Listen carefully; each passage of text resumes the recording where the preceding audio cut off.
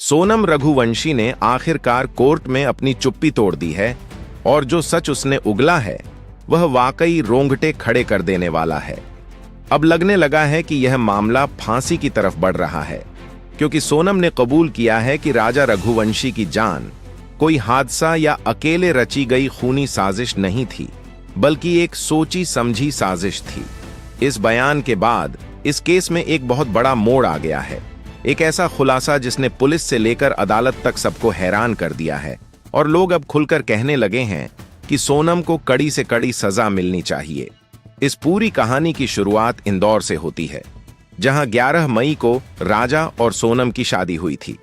शादी धूमधाम से हुई, लेकिन सिर्फ 11 दिन के अंदर यह रिश्ता खत्म हो गया, क्योंकि 22 मई को दोनों हनीमून पर मेघालय पहुंचे और 23 मई को राजा की हत्या कर दी गई।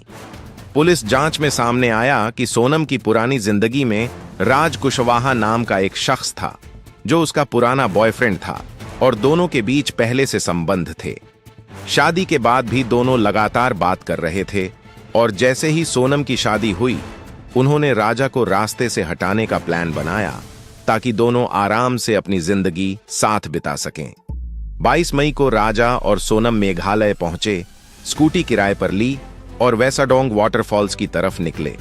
पुलिस का कहना है कि पहले ही तय था कि राजा को इसी जगह मारा जाएगा, क्योंकि वहां गहराई बहुत ज्यादा है और कोई सबूत मिलना मुश्किल है।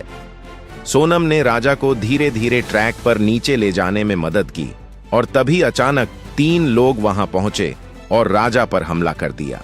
हमला इतनी तेजी से हुआ कि राजा को संभलने का मौका तक नहीं मिला।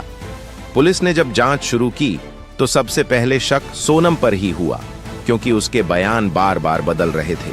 सीसीटीवी फुटेज चेक करने पर पता चला कि हत्या वाले दिन सोनम के साथ 3 और लोग भी आसपास देखे गए थे, जिनमें से एक वही राज कुशवाहा था, जिसे सोनम ने अपने फोन में संजय वर्मा के नाम से सेव किया था।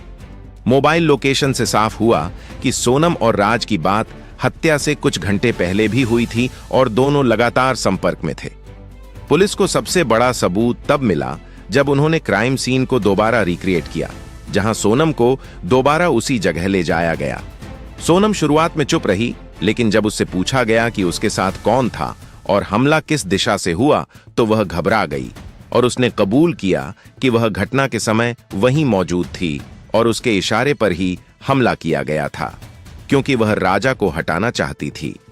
इस कबूलनामे के बाद पुलिस ने तुरंत राज कुशवाहा को गिरफ्तार किया और उसके घर से मोबाइल चैट्स, हथियारों की फोटो और सोनम के साथ उसकी तस्वीरें जैसे कई सबूत जब्त किए गए। जांच में यह भी सामने आया कि हत्या से पहले सोनम और राज के बीच कई बार बात हुई थी, जिसमें साफ था कि वे राजा को मेघालय ले जाकर किसी बहाने से मारना चाहते हैं। इसके लिए उन्होंने विशाल सिंह चौहान, आनंद कुर्मी और आकाश राजपूत नाम के 3 लड़कों को पैसे देकर गुवाहाटी के रास्ते मेघालय बुलाया और वहां एक फ्लैट में रुकवाया, जहां सोनम खुद उनसे मिलने गई थी। पुलिस ने जब इन लड़कों को गिरफ्तार किया तो उन्होंने भी कबूला कि उन्हें सुपारी दी गई थी और उन्होंने ही राजा पर हमला किया था। इसके बाद राजा को गहरी खाई में फेंक दिया गया और उसका शव 2 जून को एनडीआरएफ की टीम ने ड्रोन की मदद से खोजा। पोस्टमार्टम रिपोर्ट में सामने आया कि राजा के सिर पर भारी वार किया गया था और गर्दन पर गहरे घाव के निशान थे, यानी यह साफ था कि यह कोई एक्सीडेंट नहीं था, बल्कि हत्या थी। पुलिस ने इसे मर्डर केस में बदल दिया और सोनम के खिलाफ धारा 302, 120B समेत कई गंभीर धाराएं लगा दी गईं। इस केस में एक और अहम मोड़ तब आया जब सोनम के परिवार ने भी उससे दूरी बना ली। सोनम के भाई गोविंद ने मीडिया से कहा कि अगर उसकी बहन ने यह किया है तो वह इसके लिए जिम्मेदार है और उन्हें कोई माफ नहीं करेगा। उन्होंने राजा के परिवार से माफी भी मांगी।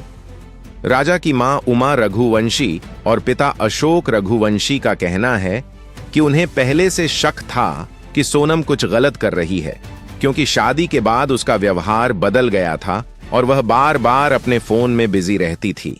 उन्होंने यह भी कहा कि सोनम ने शादी से पहले उनके घर के दरवाजे पर कुछ अजीब सी चीजें टांगी थीं, जो किसी तांत्रिक क्रिया जैसी लगती थीं। अब सवाल यह उठता है कि क्या सोनम को फांसी की सजा हो सकती है? पुलिस का कहना है कि सबूत इतने मजबूत हैं कि कोर्ट चाहे तो उसे मौत की सजा सुना सकती है, क्योंकि यह हत्या प्लानिंग के तहत की गई थी, जिसमें न सिर्फ एक मासूम की जान ली गई बल्कि शादी जैसे पवित्र रिश्ते को भी कलंकित किया गया। राजा के भाई सचिन ने कोर्ट में याचिका दायर की है कि सोनम और राज का नार्को टेस्ट कराया जाए ताकि उनकी मंशा और सही बात सामने आ सके। कोर्ट ने अगली तारीख पर चार्जशीट स्वीकार करने और आरोप तय करने की बात कही है, जिससे जल्द ही केस ट्रायल स्टेज में पहुंच जाएगा। सोनम को एक बार अदालत में भी पेश किया गया। जब सोनम को पेश किया गया तो वहां भारी संख्या में मीडिया और जनता मौजूद थी। अदालत में सोनम चुपचाप बैठी रही, लेकिन जैसे ही पुलिस ने सारे सबूत रखे, जैसे CCTV video, call recording, mobile location, हत्या के दोहराए गए दृश्य और टूरिस्ट गाइड की गवाही, वैसे ही कोर्ट रूम में सन्नाटा छा गया। गाइड ने भी बताया कि उसने उस दिन सोनम को 3 लड़कों के साथ देखा था, और जब उसने पूछा कि ये लोग कौन हैं, तो सोनम ने कहा, यह मेरे पति के दोस्त हैं। लेकिन गाइड को शक हुआ, क्योंकि तीनों लड़के बार बार अलग अलग दिशा में जा रहे थे और उनका व्यवहार भी काफी अलग लग रहा था। बाद में जब हत्या की खबर आई तो गाइड खुद पुलिस के पास गया और बयान दिया। पुलिस ने जब आरोपी राज कुशवाहा को गिरफ्तार किया और उससे पूछताछ की तो वह पहले मुकर गया, लेकिन जब उसे सोनम के साथ उसकी चैट दिखाई गई जिसमें वह लिख रहा था कि खत्म कर दो, तो वह टूट गया और उसने बताया कि उसने ही हत्या की योजना बनाई थी और उसके पीछे उसका मकसद सोनम के साथ शादी करना था। इस केस में एक होटल मालिक लोकेंद्र सिंह तोमर ने भी पुलिस को भ्रमित करने की कोशिश की थी, जिसने सोनम को एक बैग जलाने में मदद की थी जिसमें हत्या के बाद पहने गए कपड़े और मोबाइल फोन थे, ताकि कोई सबूत न मिले। लेकिन पुलिस ने लोकेशन ट्रेस करके उसे पकड़ा और उसने भी कबूला कि उसने सोनम की मदद की थी। राजा के भाई सचिन ने साफ तौर पर कहा कि उन्हें पूरा विश्वास है कि सोनम ने जानबूझकर यह सब किया है और उन्हें डर है कि कहीं कोर्ट में कोई लीगल चाल चलकर वह छूट न जाए। उन्होंने मांग की है कि सोनम और राज दोनों का नार्को टेस्ट कराया जाए और केस को सीबीआई को सौंपा जाए ताकि निष्पक्ष जांच हो सके। सोनम के पिता देवी सिंह, जो शुरू में उसकी बेगुनाही की बात कर रहे थे, अब पूरी तरह चुप हैं। वहीं उसका भाई गोविंद ने कहा कि अब वह अपनी बहन से कोई रिश्ता नहीं रखता और अगर उसने सच में यह किया है तो उसे फांसी होनी चाहिए। पुलिस ने कोर्ट में चार्जशीट तैयार कर दी है और जल्द ही केस ट्रायल के लिए पेश किया जाएगा। जिस तरह के सबूत पुलिस के पास हैं और सोनम व राज दोनों के कबूलनामे हैं, उससे यह केस बहुत मजबूत लग रहा है और यह पहला मौका होगा जब किसी पत्नी ने अपने ही पति की हत्या हनीमून के दौरान साजिश के तहत करवाई और कोर्ट में खुद जाकर मान लिया। इस केस में एक और नाम है जो बार बार सामने आ रहा है, वह है अलका, जो कि सोनम की बचपन की दोस्त है और जिसने सोनम से लगातार संपर्क बनाए रखा। पुलिस को शक है कि हो सकता है अलका को पहले से पूरी साजिश की जानकारी थी, लेकिन उसने चुप्पी साधी रही। फिलहाल उससे पूछताछ की जा रही है और अगर जरूरत पड़ी तो उसे भी आरोपी बनाया जा सकता है।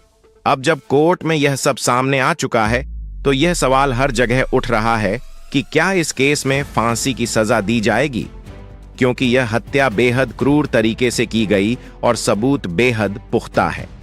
अगर कोर्ट ने धारा 302, 120B और अन्य साजिश संबंधी धाराओं को गंभीर मानते हुए ट्रायल किया तो बहुत संभव है कि सोनम को फांसी की सजा सुनाई जाए। यह केस न केवल एक पति की हत्या का मामला है, बल्कि यह दिखाता है कि प्यार जब जुनून में बदल जाए और लालच जब रिश्तों पर भारी पड़ जाए तो क्या अंजाम हो सकता है।